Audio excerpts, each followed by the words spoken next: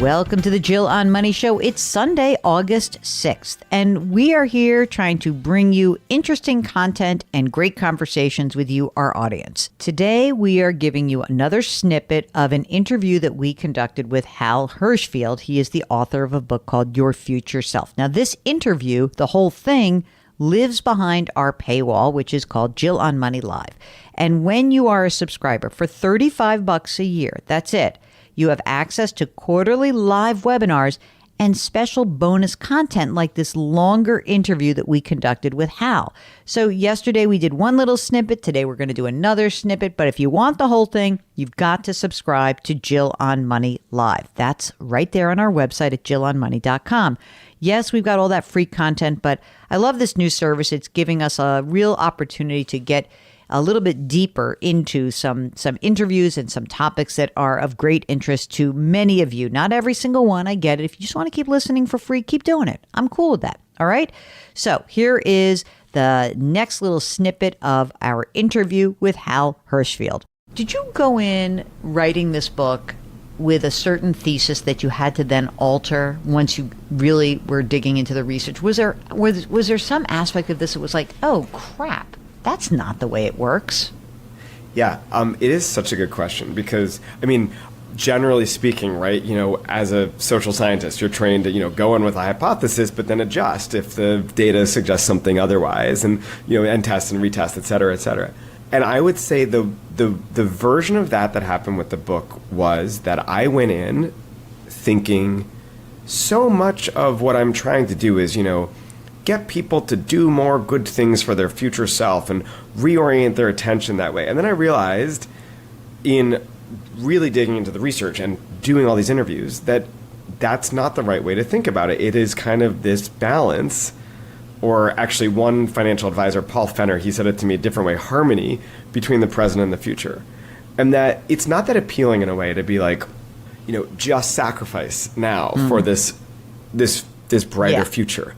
Right? Yeah. There's something it's like, ugh, who wants to go to that party, right? And that really, so much of what I think the book, or what I hope the book sort of ended up doing, is focused more on trying to create some sort of harmony between who I am now and who I will be, giving the present self some wins, but also giving the future self some wins. And if there's any way to make those future self wins also wins in the present, man, that's a win-win, right? Or win-win. Yeah, yeah, that's awesome. I like that idea. I like that word harmony. I'm going to steal that totally. Now, what kind of shrinks are your parents? So they're clinical psychologists. They see everybody. Before you go further on this, my wife is also a clinical psychologist, so I'm oh my God, surrounded. Yeah, so sometimes I'm like the fourth wheel at dinner. Do you poke holes in their crap talk? Do you be like, well, that's no, I'm just kidding. So what? Oh God, no.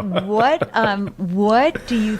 So do you think? Sometimes I think when people are asking me, because so my background is that I was an investment advisor, right? I was a money manager, but I always laughed. I always wanted to be called the financial therapist. That now there's a whole industry of that.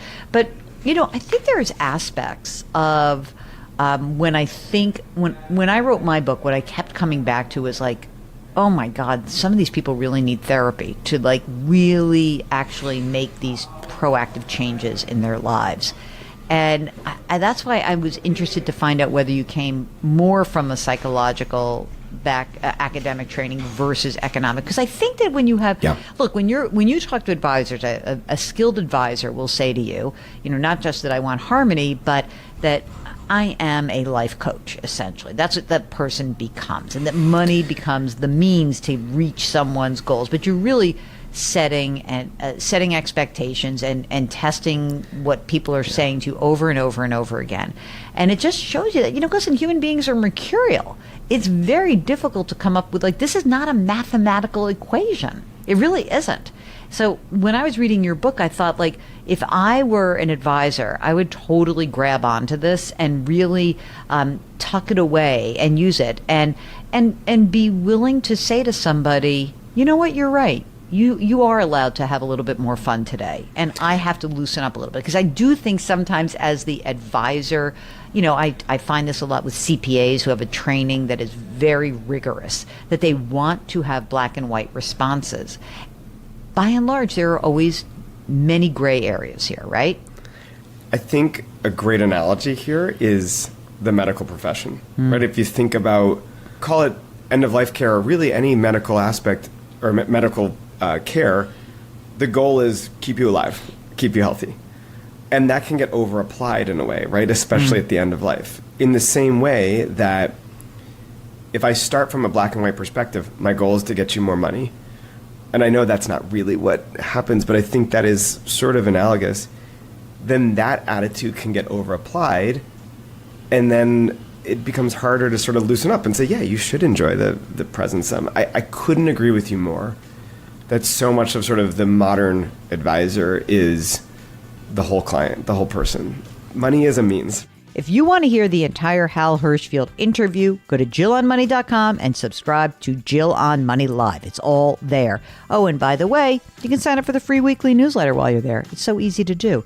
If you wouldn't mind, could you leave us a rating and review wherever you listen to this podcast? And put your hands metaphorically on someone's back. Change your work, change your wealth, change your life. Thank you for listening, and we'll talk to you tomorrow.